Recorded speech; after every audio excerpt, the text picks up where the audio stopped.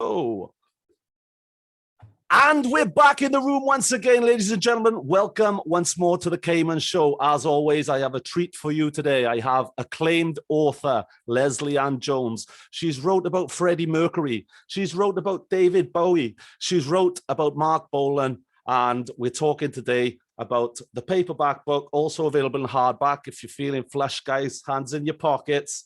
The best-selling novel, Who Killed John Lennon? Lesley-Ann, first of all, welcome to the show. It is a pleasure. How are you? Yes, good. Thank you. And thank you for having me. I should perhaps clarify before we start, it's not a novel. It is non-fiction, and it is a true story about John Lennon's life. So I haven't made it up. It's hey, excellent, yeah, excellent. My bad wording. My bad. Yep. Let's start as we mean to go on. Just to make sure everyone understands what page we're on. Excellent stuff. Excellent. So, yeah, first of all, then I guess so obviously this is going out on YouTube, Spotify, Deezer, Apple Podcasts, Google Podcasts, etc. Other platforms also available. It'll be on them all. For those who might be unfamiliar, can you just tell us a little bit about yourself? So, who is Lesley-Ann Jones? What are you all about? Oh, goodness. Where do you start? Okay, I was a music writer for 20 odd years. I wrote for most of the major nationals on Fleet Street, when Fleet Street was still the center of the newspaper industry in the UK. And so after I started my family, I turned to writing books, which is the same job really as being a newspaper writer, except that it takes longer. So all the same skills, interviewing people, gathering research, and compiling books from a very specific point of view, really. I approach the lives of my subjects very much from a woman's point of view, particularly this new book about John, which I felt his story had been done to death, but we didn't really know much about his emotions, the psychological makeup of John.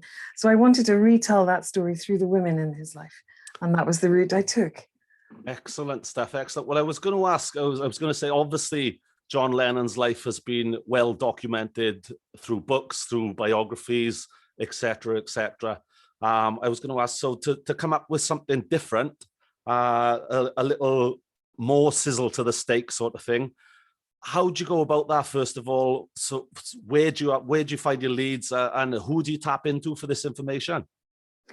There's always something new to say. It's astonishing, really, even though John had been gone for 40 years. It's incredible, isn't it, really? He would have been 80 last birthday, last October, 81 this year. There is always new information. You just have to ask. You just have to find the right people. And it's a funny thing that happens with books.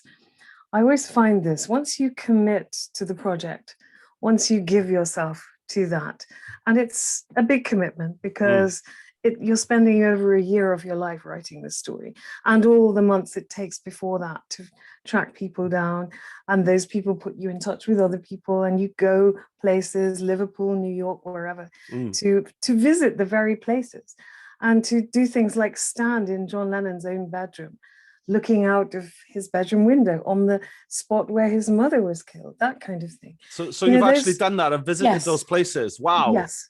Yeah, I did a lot of that. But I always do that because that's how the story comes together. But it is a strange thing how information also starts to come your way. And complete strangers get in touch out of the blue, and they'll say something or other like, I know that there's a book that you won't find anywhere because it wasn't published on the open market, but it's got a really good story in it about so-and-so, you won't find it anywhere else. Can I send it to you? Oh, wow. And for no other reason than they just want to help. Yeah, that's brilliant. So that kind of thing happens quite a lot. And you track people down. I was immensely lucky to find and talk to Klaus Voormann, who's a musician also. Yeah, bass player, great bass player. And he'd known the Beatles in the very earliest days when they had their residency in Hamburg, and had worked with them, certainly worked with John right the way through to the end of his life, and was a very close friend. So he was able to corroborate very many stories that I came at him with. He was quite difficult and quite short-tempered, let's say. Abrupt, but very honest. Yeah, but very honest. He kept saying, why am I telling you this? You know, hasn't this story been told? a zillion times. But no, of course, there was always something new to bring out. So yeah, and many people gave up their time to talk to me. So yeah, that's amazing. So Klaus was instrumental in he played the part in the book, like in the making of it. Yes, and he's very heartfelt. You know, I'm always very keen to bring people's real voices through into the book, because it's about light and shade. And if you're going to bother to interview someone, then deliver them in their real voice. Absolutely. The reader has to be able to hear that it's that person speaking. Yeah. And I had people like Andy Peebles, who was the last British broadcaster to interview John just 2 days before he died. And I had Earl Slick, he was David Bowie's guitarist famously, but he played on John and Yoko's Double Fantasy, the last album that came out during John's lifetime. And just to listen to his stories, sitting there in the studio with John and his expectations of what it would be like to work with his favorite Beatle. And of course, it was nothing like he'd expected. And yeah, he told some great stories. And May Pang, who was John's girlfriend during what they called the Lost Weekend, the 18 months or so when John and Yoko were separated, and Yoko had gone to some very strange lengths to find John an interim girlfriend. What wife does that? Yeah, wow. Yoko only does that. Can't buy that, right? Can't buy that. Not for love, no money. Well, for love maybe, but not for money. So the name of the book, Who Killed John Lennon? Tell us about the concept of that and how you came to name this, because you know we can all answer that question right away. It was Mark Chapman. He shot him down in cold blood, stood there waiting for the police to escort him off so he could claim John Lennon's fame. So how did you come up with the name, and what's the story behind that? It's actually a cryptic title. You wouldn't believe the number of people who wrote to me to say, don't you know who it was who killed John? Well, obviously, it's a cryptic title. It suggests that there were several Johns. John was a nice bunch of guys. He was fond of reinventing himself. So I wanted to trace back through all the different Johns, the variations on the theme, and to find the original John Lennon, and to find out who killed him off, or what killed him off, what made John leave that John Lennon behind and move on into the next evolution of John, if you next like. carnation sort of thing. And because he was very much a 50s rocker in his jeans and leather jacket and his quiffed hair and so on. And he was into Elvis and a very specific kind of music. He was a rocker, but he became a pop star at the behest of Brian Epstein. And the four of them wore the same suits and the same ties and had the same hairdo. And they were very scrubbed and clean, and you could take them home to tea with your mom.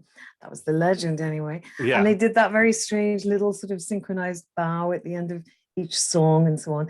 And it was so at odds with John's true image that I couldn't help but wonder, why did he do that? Why did he relinquish his real self to go and be part of that? And I think he just went along with it because he could see the bigger prize, which was fame and fortune. Nobody had any idea at that stage that it was going to be global fame and unimaginable fortune on a scale unprecedented, never seen before. John couldn't even have imagined that. And he had a fine imagination, as we know. But I think he just rolled with it. I mean, there were signs, there were little clips of John's true self. Must have watched hundreds of hours of newsreel and film of press conferences. And John would always be the one snapping chewing gum in his mouth, kind of looking around the room, not really taking it seriously, smoking a cigarette. When did people he always smoke had a cigarette. Yeah, I know. In a press conference, it's frowned upon even today. And he would be the wisecracking one. They all had that to a certain extent. And that's Liverpool. That's the Liverpool coming out in them. And of course, Liverpudlians have a very strong, precise personality and sardonic sense of humor. And in America at that time, there wasn't a whole lot of sense of humor going on. Everything was being taken very seriously. So they were a breath of fresh air. They breathed in and they delivered themselves as they really were, maybe a bit polished up. But John seemed always on the edge, always slightly I'm not really into this, but I'm Mm. going along with it for the moment. So there were signs that that wasn't really John, and that got me digging. I kept going back and back and back until I found a John who was truly at odds with the way the world thought he was. Excellent stuff. Brilliant. It's fascinating. Absolutely fascinating. I guess what you've done there, what you're saying is you've delved into a whole rabbit hole, basically, which has just opened up all these little avenues, all these little opportunities, all these little stories which we might have missed out on until now, which, you know, they are stories, they're out there, but they're not, it's in my reach, certainly, you know. So hopefully they're all documented then in the book. Yeah. Yes. Absolutely fantastic. So the book was launched originally in hardback September 2020. The paperback is now out as well, if you want to give a little. Oh yeah, here it is. Here it comes. Fantastic stuff. Who There's Killed the John Lennon? paperback. Excellent stuff. So that's available from all good bookshops, all platforms. Fantastic stuff. It's looking good, looking good. So what exactly?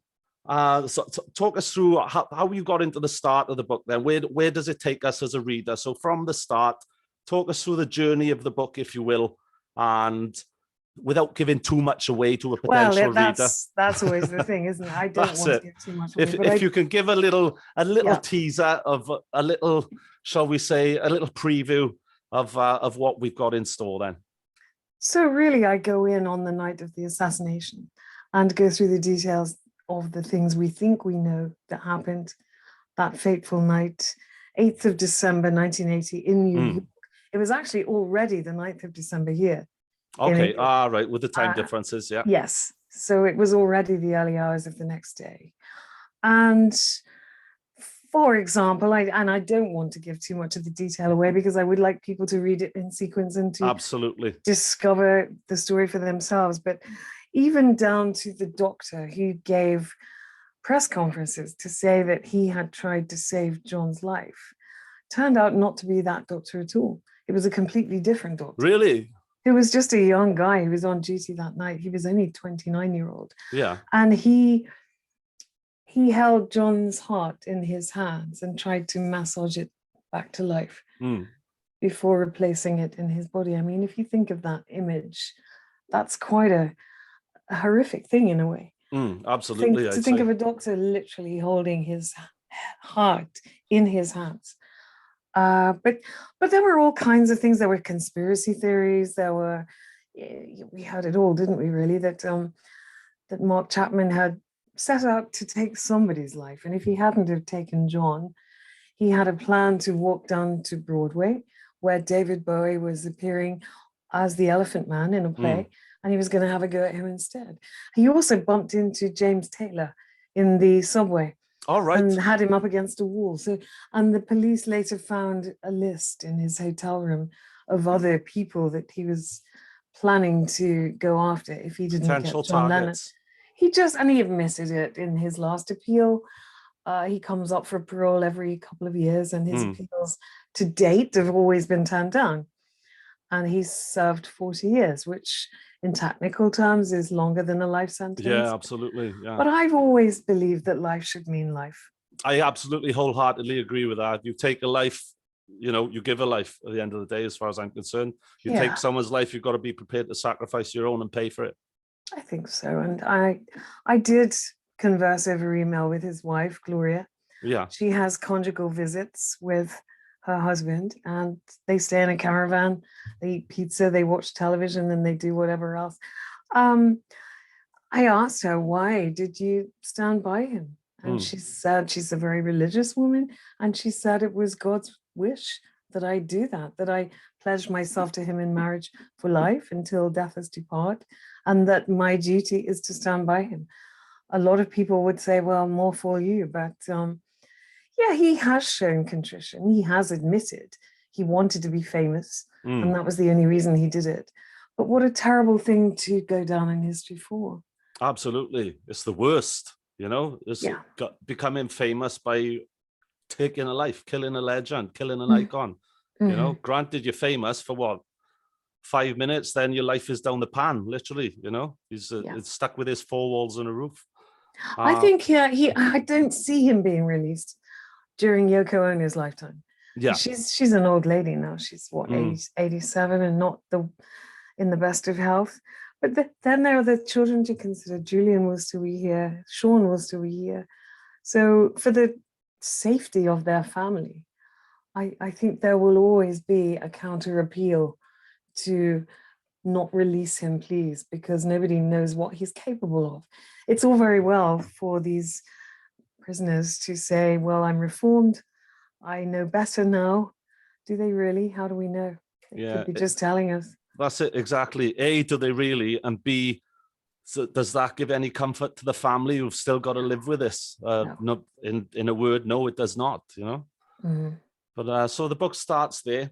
And then we go right back to the beginning, to way in front of John's life, really. So I go into some of his prehistory before John arrived on the planet. So his ancestry. And his ancestry does take us back to North Wales and to Ireland. Oh, does it? Yeah. Okay. So the Welsh I was not aware of that. At all. Yeah. Tell us a bit about that, if you can. Well, I wouldn't like to, because I don't want to spoil the story. Spoil sport. Yeah, no, because people have to read it. So, no, I totally get that. That's really interesting, though. That's already, I'm finding out things which I didn't know, which I had no clue about, which is fantastic. And I'm guessing there's a lot more to discover as we go along. Can you talk us through any more of the journey of the book, or are you totally now until we read it for ourselves? Well, we know the story, don't we? We know about the Beatles becoming the greatest band on earth and the legacy of their music. We know the signposts, the goalposts. We know the framework, I suppose. But the story is retold through the eyes of the women he became involved with. And because he met Cynthia at college, they were at art college together. She was a year older than John, but she seemed like a middle-aged woman compared to him. In comparison, yeah. And he was quite clearly, I call it mother replacement therapy. He was quite clearly always looking for someone to replace his mom, because his mom, Julia, had given him away when he was just a very small boy to her elder sister, Mimi.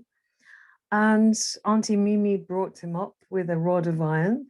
She was a very unaffectionate lady. She brought him up well, but at arm's length.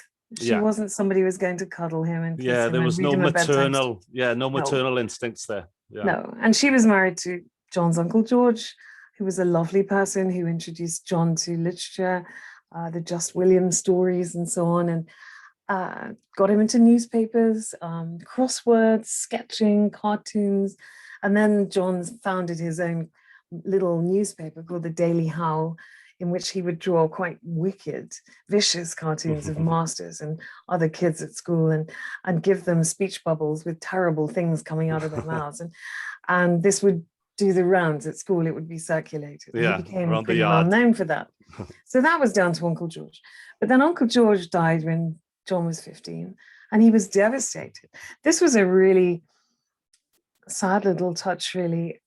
John, after George died, took to wearing his uncle's overcoat, and he wore it every day, come rain or shine, winter or summer, to art college. He just wore it and wrapped himself in it. Yeah. What was it? Somewhat of a comfort blanket for him. It was a way of staying close to Uncle George, yes. He literally wrapped himself in his uncle. But Cynthia said he just looked a terrible scruff the entire time, that he was a dreadful state. Of course, she was very prim, well-dressed, proper. She had all the right equipment. And John used to borrow her pencils and pens and rulers and anything else. And that was really how they got together. But they were chalk and cheese. No one could really understand what they were doing together. She got pregnant. They had to get married because in those days one did. And at around that time, the Beatles were already on their way to mass global fame. So John from then on was living a double life. He was part of the Fab Four, touring the world, having as many groupies as everybody else, but he had a wife and a little boy at home. Yeah, so when he went home, he'd have to switch off from that life and just keep a bit of a juggling act, really, then. Yeah. He also had an affair with a pop star called Alma Cogan, who's kind of largely forgotten now, but she was Britain's first female pop star. She was the girl with the laugh in her voice, and she wore the big net sticky out skirts, very 1950s looking, and she had a TV program and so on. They met at the London Palladium and fell for each other, and they started an affair.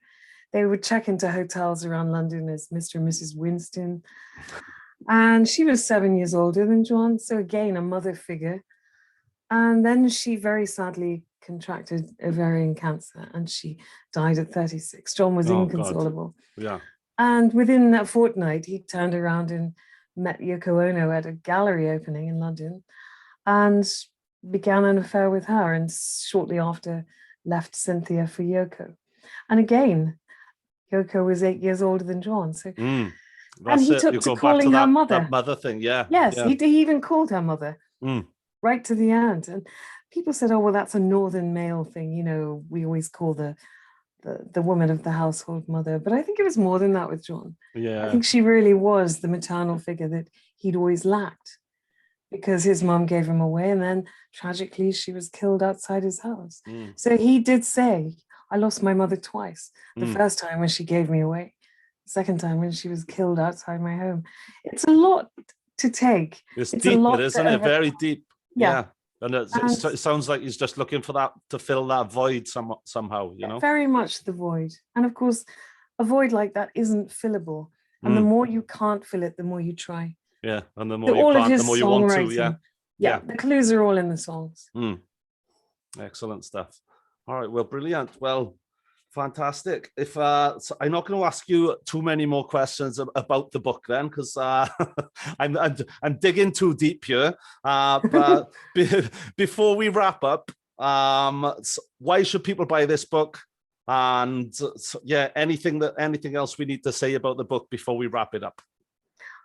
If anyone is truly interested in who John really was, his psychological makeup, what drove him, what inspired him, what he couldn't get over in his life, and where he was as a person at the end of his life. 40 is young these days, isn't it? He was only 40 when he died, and it would have been the last thing on his mind. He was ready to go again. He had the woman of his dreams, his soulmate. They had a little boy, Sean, together. He was only 5. He was back making music and creating music with Yoko. And I think the song that sums up that point in John's life, when he seemed to have got his answers, he seemed to have solved his problems and found peace in his life. And I think the song Watching the Wheels really gives us the clues as to how stable and contented John was at that stage, because of the line in the song, I just had to let it go. He had to let all of the past go. You can choose to live in the past and to be bitter and to prevent yourself going forward into a happy and hopeful future. Or you can leave the past behind, draw a line under it, and embrace your future with courage and with support from those who love you. And that's exactly where John was in his life. So I think, yes, we can mourn him. We can feel so sad that he's not in the world today, and we don't have all the music that he didn't yet get to make because it died with him. That's a shame in itself. It's our tragedy, yes. Yeah. But we still have the legacy, the music that he did leave behind. And that's one hell of a legacy. Yes, it is. And absolutely. It's never gone away, has it? Never will. Nor will it. No, timeless. Yeah. Absolutely timeless. Brilliant stuff. Well, what's next for yourself then? So after this, what is there another project in line already, or? Oh yes, a couple. Yes. My next book it's my 4th book about Freddie Mecury. Oh, fantastic! It's coming out on the 2nd of September, and it's called Love of My Life, and it's a gathering together of all the people who were very dear to him, who were left out of Bohemian Rhapsody, the film. Okay.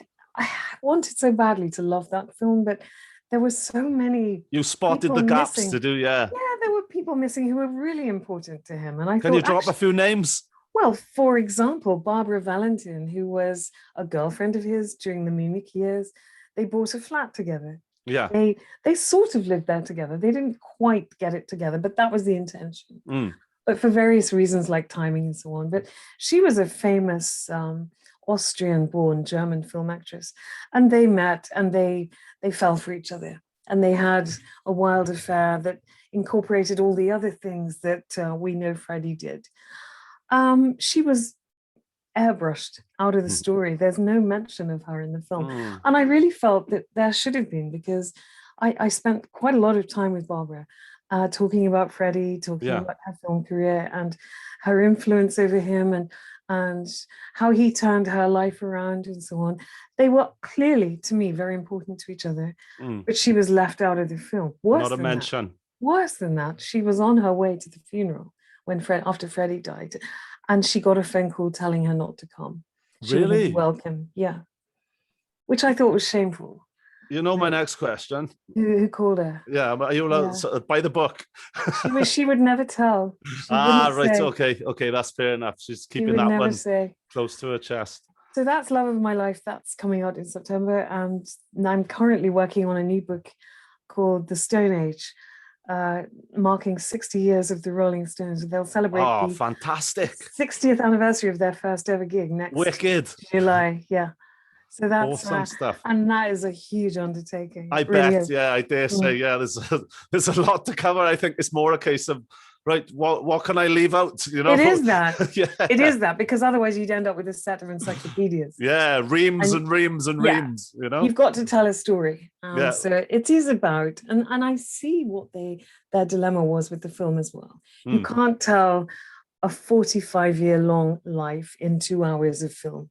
So you've got to leave stuff out, but you don't have to change things. You don't have to invent characters who didn't exist. No, that's it. Yeah. And you don't have to change things around. For example, there's a scene, I'm sure you've seen the film, where Freddie tells Brian May, Roger Taylor, and John Deacon, the rest of the band, in the rehearsals for Live Aid, that I've got it, meaning AIDS. That's right, yeah. But he didn't know at that stage. He didn't have a diagnosis for another 2 years. I thought not, but I've never put my finger on that. I thought I just, I got it wrong, or I didn't realize, you know, so that's led me up the garden path a little bit then. Yeah, so why do that, really? I didn't see the point of doing that. Freddie wasn't ill on Live Aid Day. He was full of it. He was in the best shape he'd been in his life. Yeah. And it was an unbelievable show.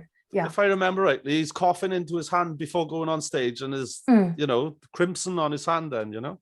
Yeah, no, Freddie was well during the show. And of course, they went out in front of an audience that wasn't their audience. This was a mishmash of an audience, people who managed to get tickets.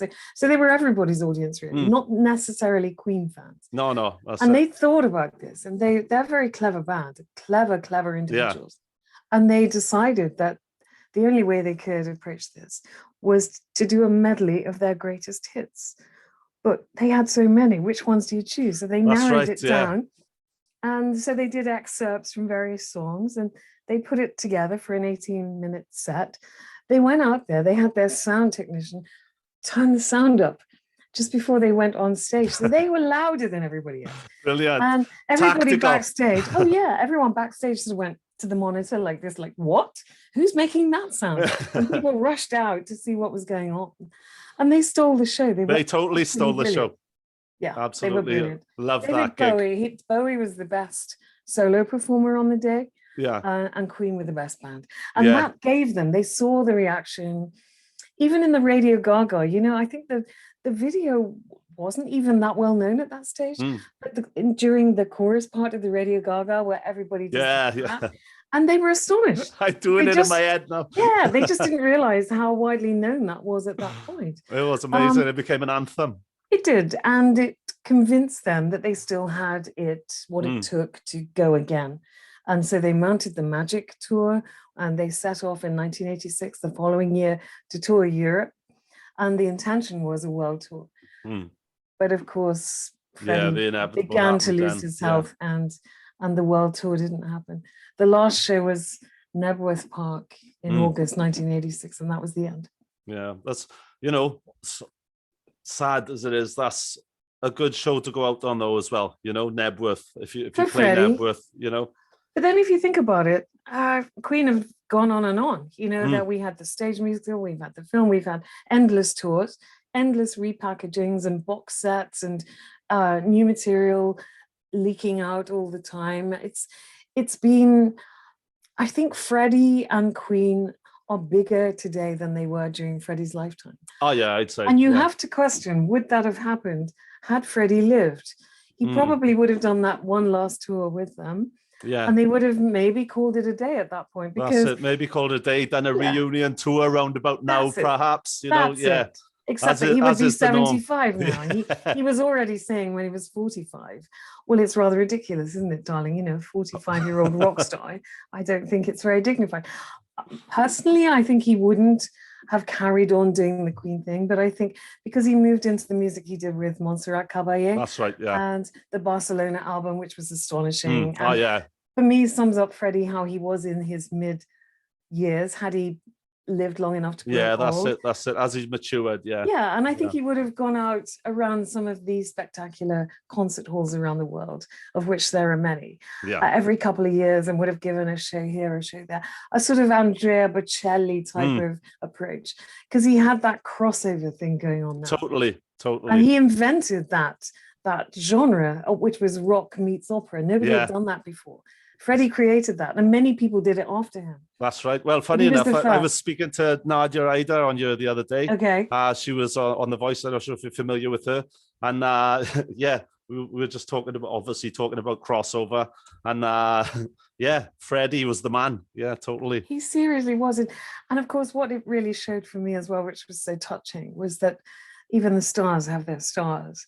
So he worshipped Montserrat Caballé. Yeah. He thought she was the most brilliant singer in the world, and he got to perform with her. That's amazing. And by the same token, she said, "Oh my goodness, I know, the greatest rock star in the world. And I get to perform with him." The unstoppable force meeting the immovable object, and just magical. You know, still, if I happen to hear Barcelona on the radio or something, every hair on the back of my neck stands up. Spine tingling still to this day. It absolutely is. How good is that? How brilliant is that song? It doesn't get much better, does it? If it does, you know, it's fantastic. And we should pay tribute to Mike Moran, who co-wrote and produced it as well. Absolutely. Shout out Mike Moran. Yeah. Hi, Mike. Fantastic stuff. Well, thank you so much for coming on and having a little chat with me. I do appreciate it. Yeah, I do too. Thank you. Good luck with Who Killed John Lennon. So good luck with your future projects. Good luck with everything. I'm sure you won't need it. You're doing fantastically awesome work, and it's been a genuine pleasure to speak to you. So thank you again for coming on. And for me as well, you've been so kind. Thank you. I hope to see you again. Definitely. You take care. All the very best. Bye-bye. Bye-bye.